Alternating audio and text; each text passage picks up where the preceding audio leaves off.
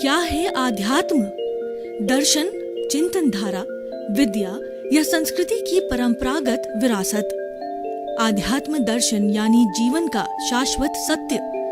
मानव जीवन से जुड़े शाश्वत सत्यों को जानिए और समझिए उपासक डॉक्टर सोहन राज तातेड़ से हमारे खास कार्यक्रम आत्मविज्ञान में। आत्मविज्ञान यानी सही दृष्टि, सही सोच। भाई और बहनों, मातृशक्ति को नमन। स्टूडियो में आपका हार्दिक स्वागत है, अभिनंदन है, सत्कार है। आत्मविज्ञान साइंस ऑफ द सोल कार्यक्रम के अंतर्गत हम आपको सही दृष्टि, सही सोच, राइट विजन, राइट थिंकिंग के तहत आपको अच्छे अच्छे सूत्र देते हैं, आपको अच्छे आपको टिप्स देते हैं, आपको अच्छी जो शिक्षाएं देते हैं, उससे आपका जीवन धन्य बनता है, हमारा व्यवहार जगत अच्छा बनता है और साथ साथ में हमारा पारलौकिक जगत अच्छा बनता है। यानी हमारा वर्तमान और हमारा भविष्य दोनों अच्छे बनते हैं। और ये मान के चलिए कि अगर आपका वर्तमान अच्छा है, इसका मतलब भूतकाल अच्छा रहा है, तो भूत, भविष्य, वर्तमान, इस तरीके से तीनों हमारे काल अच्छे हो जाते हैं अगर हम आत्मचिंतन करते हैं तो आत्मविज्ञान के केंद्र के अंदर आत्मा को रखा गया है और जहाँ आत्मा है वहाँ सब कुछ प्रामाणिक है और वहाँ सब कुछ जो है वो सही सही बताया जाता है, सम्यक दर्शन मिलता है। तो भाई और बहनों, ये कार्य हम नए नए एपिसोड्स के माध्यम से करते हैं। तो आज का हमारा बहुत ही सुंदर एपिसोड है कि संवर और संभाव का वैज्ञानिक विश्लेषण। बहुत ही सुंदर विषय है, इसके साथ में विज्ञान जुड़ा है, वो हमें ये बहुत समझने की चीज है। दो शब्द है, संवर और संभाव। संवर किसे कहते हैं कि हम जो मन वचन काया की जो प्रवृत्ति करते हैं, तो मन वचन काया की प्रवृत्ति के साथ के अंदर पूरे ब्रह्मांड में से जो है वो चतुस्पर्शी पुद्गल होते हैं, वो खींच लिए जाते हैं और वो कर्म, वही कर्म परमाणु के रूप में हमारे भीतर कर्म के जो परमाणु का जो कषाय है, जो क्रोध मान माया लोभ है, जो राग द्वेष है, भीतर जमा हुआ है जन्म जन्मादि से, उसके साथ आकर के और वो नए कर्म जो है मिल जाते हैं, उसको हम आश्रव कहते हैं। कर्मों के आने के द्वार को आश्रव कहा जाता है। कोई टैंक है, टैंक के भीतर जो पाइप लगा हुआ होता है, उस पाइप में से पानी जो साफ पानी भी आ जा सकता है और गंदा भी आ सकता है, उसको हम आश्रव कहते हैं। आश्रव का मतलब कर्मों के आने का द्वार। तो और दूसरा जो ये आश्रव जो है वो हमारा विरति, अविरति, प्रमाद, कषाय और योग। तो ये 5 तरह के जो है आश्रव होते हैं, जिससे कि ये हमारा जो है वो कर्म बंधन का जो है जो आश्रव जो है पाप और पुण्य के जो परमाणु हैं वो भीतर आते हैं और जो सुख दुख देते हैं, तो पुण्य और पाप के शुभ अशुभ जब सुख दुख देते हैं, तो सुख देने वाला पुण्य कर्म कहलाता है, दुख देने वाला पाप कर्म कहलाता है। तो ये आश्रव हो गया हमारा। ये 9 तत्वों की मैं आपको संक्षेप में परिभाषा करके बता देता हूं कि जीव का मतलब ये असंख्य चेतनामय परमाणुओं के पिंड को जीव कहते हैं, आत्मा कहते हैं और इसके 23 नाम दिए गए हैं। और हर लिविंग बीइंग के अंदर आत्मा होती है, मूल रूप से वो शुद्ध होती है, लेकिन बॉन्डेड होने के कारण, जो कषाय से जुड़ी होने के कारण के अंदर वो बद्ध आत्मा कहती है। जीव, अजीव, अजीव का मतलब जड़ है, और जितना हमारा कॉजल बॉडी है वो अति सूक्ष्म शरीर है, वो सारा जड़ है, और उस जड़ की वजह से स्थूल जो है शरीर मिला है वो जड़ है। पर जो इसीलिए जीव, अजीव, पुण्य और पाप जो है वो जब हमारे भीतर, जब ये जो हमारे भीतर जो कर्म को खींचते हैं मन वचन काया से, तो खींचने के ऊपर जो है हमारे साथ में पानी की तरह जो है वो शुद्ध और अशुद्ध, जो है शुभ और अशुभ परमाणु आते हैं। और जब वो जो है परिणति में आते हैं, जब उदय काल में आते हैं, तो सुख दुख देते हैं, तो उनको पुण्य और पाप कहा जाता है। सुख को जो है वो पुण्य कहते हैं और पाप को दुख कहते हैं। जीव, अजीव, पुण्य, पाप, आश्रव ये जो कर्मों का आने का द्वार है वो आश्रव कहलाता है, जिससे पुण्य और पाप के परमाणु आते हैं और कर्म बंधन के परमाणु आते हैं। संवर, वो आज हमारा विषय है। संवर ये है कि ये जो आ रहे हैं उनको हम रोक देते हैं, और हम जो आने वाले परमाणुओं को रोक दिया जाता है आश्रव को, तो इन 5 तरह के जो आश्रव होते हैं उनको हम रोक देते हैं। तो रोक देने से संवर की स्थिति होती है। संवर को प्रत्याख्यान कहते हैं, संवर को त्याग करते हैं। मतलब त्याग किसका हुआ कि जो परमाणु भीतर आ रहे हैं हमारे कर्म बंधन के, उनको हमने रोक दिया है, वो हमारा प्रतिक्रमण प्रत्याख्यान होता है। तो इसलिए संवर, तो ये हमारा जो है जीव अजीव पुण्य पाप आश्रव संवर निर्जरा। निर्जरा का मतलब है कि अब हमने कर्मों के बंधन आने के रास्ते को तो रोक लिया, लेकिन जो भीतर जन्म जन्मांतर के जो भरे पड़े हैं उनको हम जो है तपस्या के द्वारा, तप के द्वारा और संवर के द्वारा साधना करके उनको तपाते हैं। तो तपाने से जो है वो ये कर्म रज है, वो जन्म जन्मांतर की जब अलग होती है तो उसको निर्जरा कहा जाता है। तो जीव अजीव पुण्य पाप आश्रव संवर निर्जरा, बंध और मोक्ष।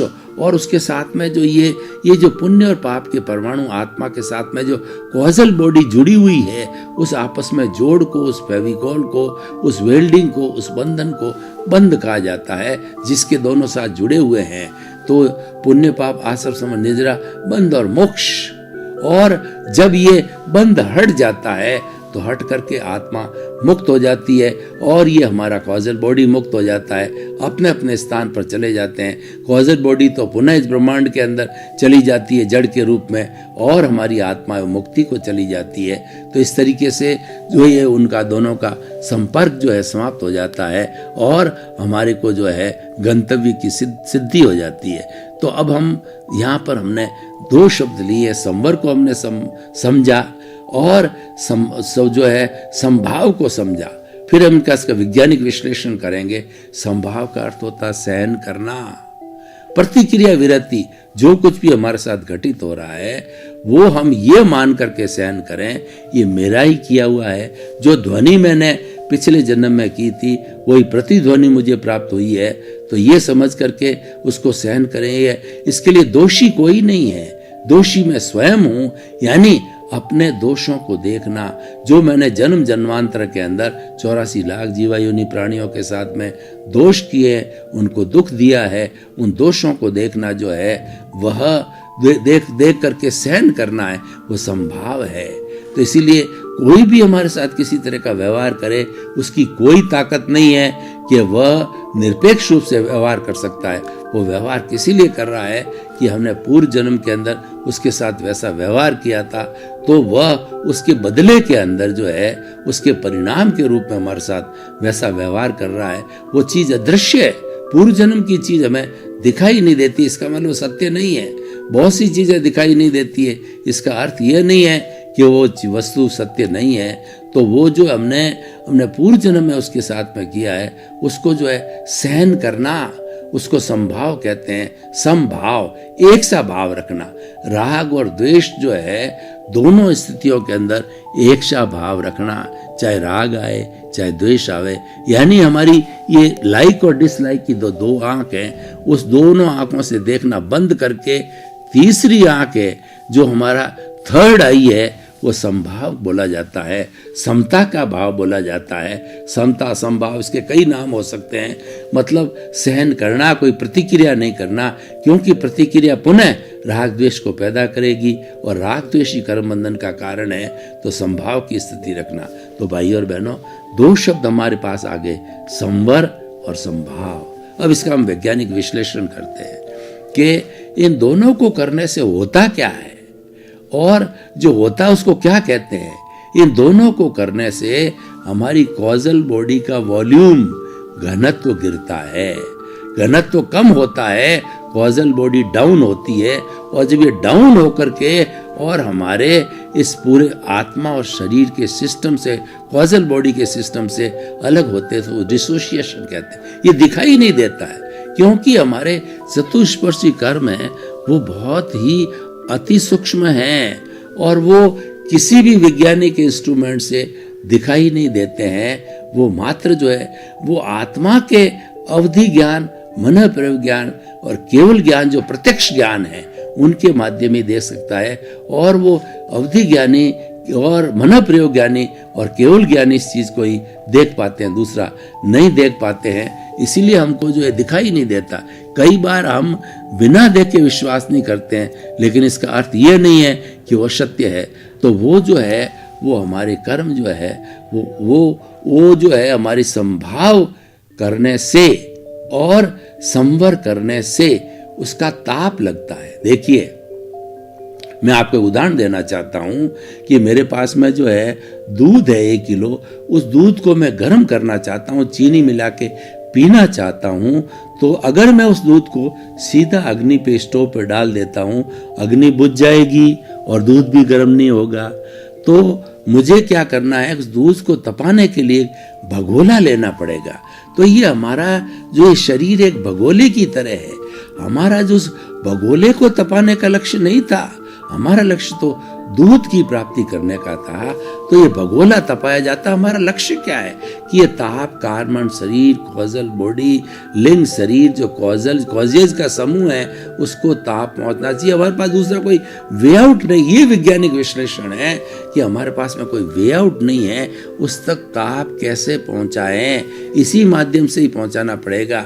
जैसे मान लीजिए डॉक्टर हमको कोई टैबलेट लिखता है, अब वो टैबलेट को जो है घुटने के दर्द की टैबलेट लिखी जाती है, तो सीधा घुटने के ऊपर टैबलेट रखने से जो है घुटना ठीक नहीं होगा।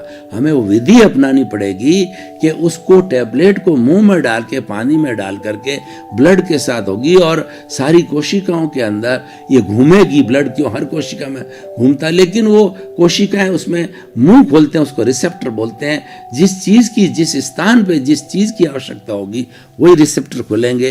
तो घुटने पर जो दर्द है वहां की जो कोशिकाएं रिसेप्टर खोल करके और उसको पेन किलर को लेकर के घुटने को ठीक कर देगी। अगर खाली इसको बाहर रखा जाता टैबलेट को, तो हमारा घुटना का दर्द ठीक नहीं होता।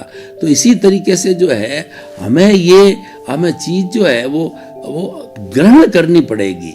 ग्रहण किए बिना ये जो है चीज ठीक नहीं हो सकती। तो हम बात कर रहे थे संवर की और संभाव की। तो ये होता क्या है कि संवर और संभाव, जब ये स्थिति हम पैदा करते हैं, संवर का मतलब पहले संवर को समझे कि संवर किसे कहते हैं। निज स्वरूप में रहना संवर है। संवर त्याग है और संवर प्रत्याख्यान है। संवर क्या है कि प्राणी मात्र को कष्ट न देना, उसका संकल्प करना, वो हमारा संवर है। प्रत्याख्यान संवर है। हम भीतर विराजमान शुद्ध आत्मा भगवान से प्रार्थना करते हैं कि हे मेरे भीतर विराजमान शुद्ध आत्मा भगवान, मुझसे ऐसी शक्ति दो, जागृति दो कि मैं 84 लाख जीवा योनि के प्राणी से किसी को भी, एक भी प्राणी को मेरे द्वारा मन से, वचन से, काया से, करने से, करवाने से, अनुमोदने से उसको कोई तरह का कष्ट न हो। ये संवर की स्थिति होती है। किसी को कष्ट देना, किसी का दोष सेवन करना, हिंसा करना, पाप करना है, यही सब कर्म बंधन का कारण है। और उससे होता क्या है, किसी न किसी प्राणी को दुख होता है, उसका शोषण होता है, उसके साथ अन्याय होता है। तो ये संवर की स्थिति हो गई। अब दूसरी संभाव की स्थिति क्या होती है कि हम किसी भी चीज को सहन करते हैं। हमारे साथ कोई व्यवहार करता है, वो सहन करने का अर्थ ये होता है कि हम उन दोषों को देखते हैं, अपने दोषों को। हम जो कुछ भी हमें बुरा करने वाला है उसको दोषी करार नहीं करते हैं, क्योंकि वो हमको हमारा बुरा कर ही नहीं सकता। और बुरा इसीलिए कर रहा है कि वो हमारा जो किया हुआ है पास्ट के अंदर, उसका बदला चुका रहा है, मेरा हिसाब क्लियर कर रहा है, मुझे एनओसी दे रहा है, मुझे शुद्ध कर रहा है। और वो इनके शुद्ध करने से ही हमारी आत्मा शुद्ध होगी और हमारे दोष सारे विलीन होंगे, हमारा कॉजल बॉडी विलीन होगा, तो वो हमारा हितैषी हो गया। इसलिए हमेशा सोचना चाहिए कि किसी के प्रति बुरा भाव या किसी को दोषी माने तो वो दोष उसका नहीं है, वह दोष मेरा ही है। ऐसा हम चिंतन करते हैं और अपने अपने दोषों को देखते हैं, तो ये हमारा संभाव कहलाता है। तो संवर और संभाव का वैज्ञानिक विश्लेषण ये हुआ कि जो ही हम इस स्थिति के अंदर आते हैं, त्यों ही स्थिति में आकर के हमारा जैसे दूध गर्म हो रहा है भगोले का, ये भगोला को हम तापने की कोशिश करते हैं तो उसका ताप है हमारे कॉजल बॉडी रूपी जो है वो भगोले के ऊपर जाएगा, वो तपने लगेगा। उसके तपने से क्या होता है कि उसके भीतर जितने भी कर्म के परमाणु हैं, जो 8 कर्म की 148 प्रकृतियों के कर्म परमाणु हमारी आत्मा पूरे शरीर के अंदर व्याप्त है, और एक चेतनामय जो है वो आत्मा के जो एक परमाणु पर असंख्य जो है हमारे कर्मों के जो चतुष्पर्शी जो है कॉजल बॉडी के जो परमाणु हैं वो लगे हुए रहते हैं।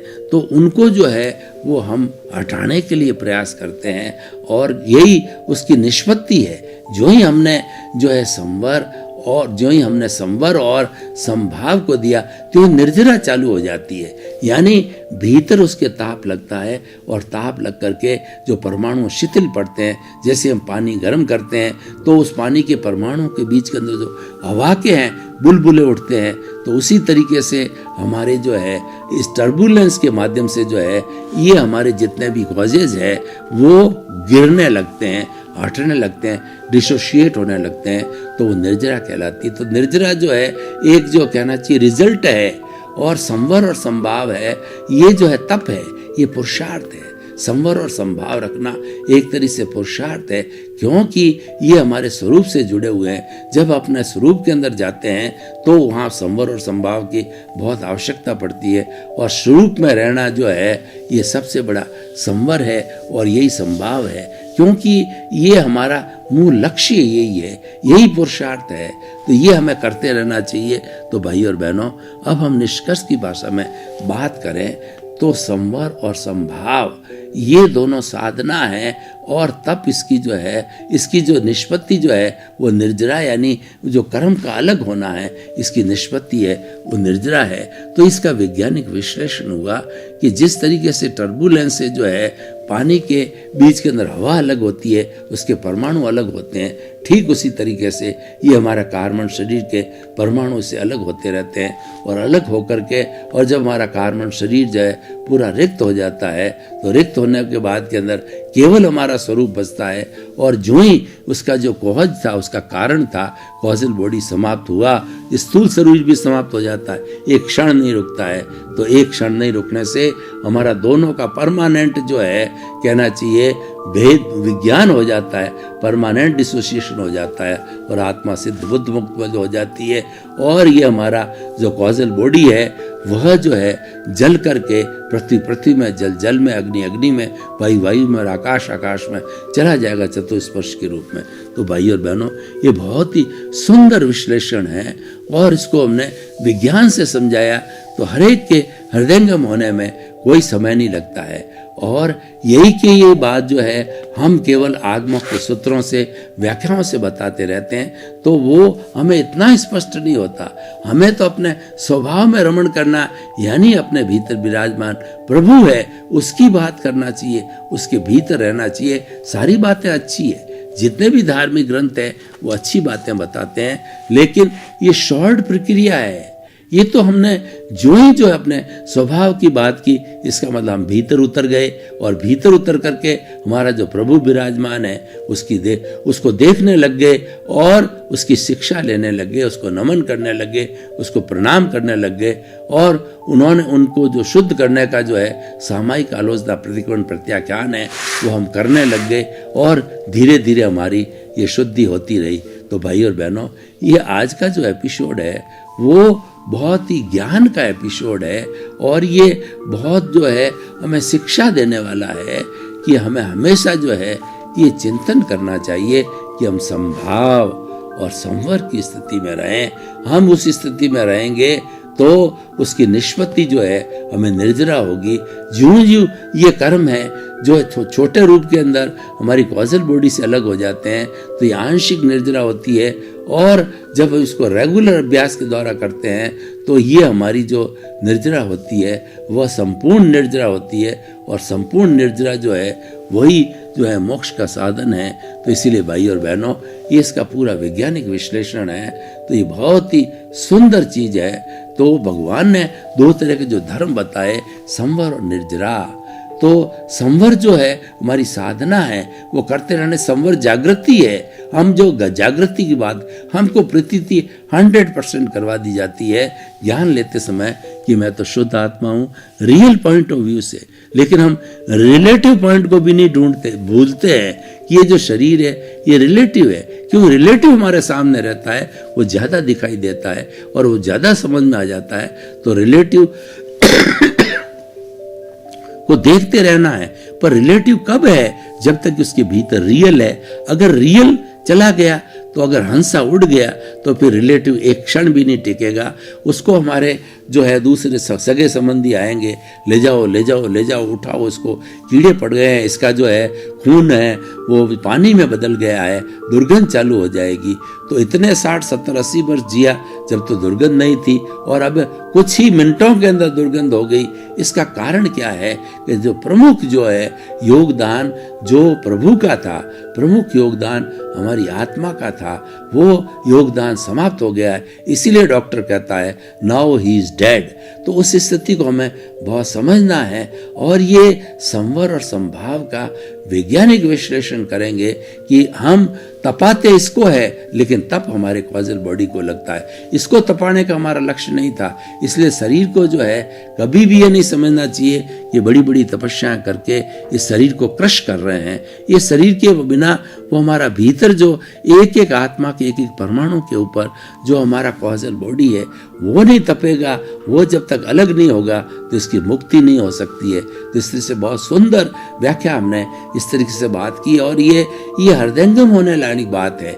कई बार क्या होता है कि हम बहुत बड़े बड़े आगम की बात करते हैं और उसकी सूत्रों की बात करते हैं, संस्कृत के प्राकृत के जो है हम सूत्र बनाते हैं, तो वो व्यक्ति को टेंशन हो जाता है कि उसको याद रखना और उसको रट के रखना फिर भूल जाए। लेकिन ये तो आत्मविद्या है, आत्मविज्ञान कार्यक्रम है, ये टेंशन फ्री का ही है। ये तो जो भीतर से आ रहा है, मैं आपको कोई नई चीज कुछ नहीं बता रहा हूं, लेकिन ये अनुभव की बातें हैं, ये जागृति की बातें हैं, ये भीतर से आ रहा है, ये ओरिजिनल है और ये प्योर है, क्योंकि आत्मा की संगत से आ रहा है। और जहाँ की सबसे दुनिया में बड़ी संगत है वो आत्मा की संगत है।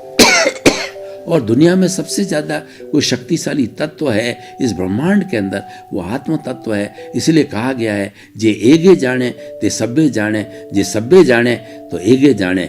यानी अगर आपने एक आत्म तत्व को जान लिया, संपूर्ण ब्रह्मांड को जान लिया, और दूसरा संपूर्ण ब्रह्मांड को जान लिया, इसका मतलब उसका प्रतिनिधि एक तत्व आत्म तत्व है, उसको जान लिया। इसलिए कहा भी गया है जे पिंडे ते ब्रह्मांडे, यानी हमारा जो शरीर है जिसको पिंड बोलते हैं, वो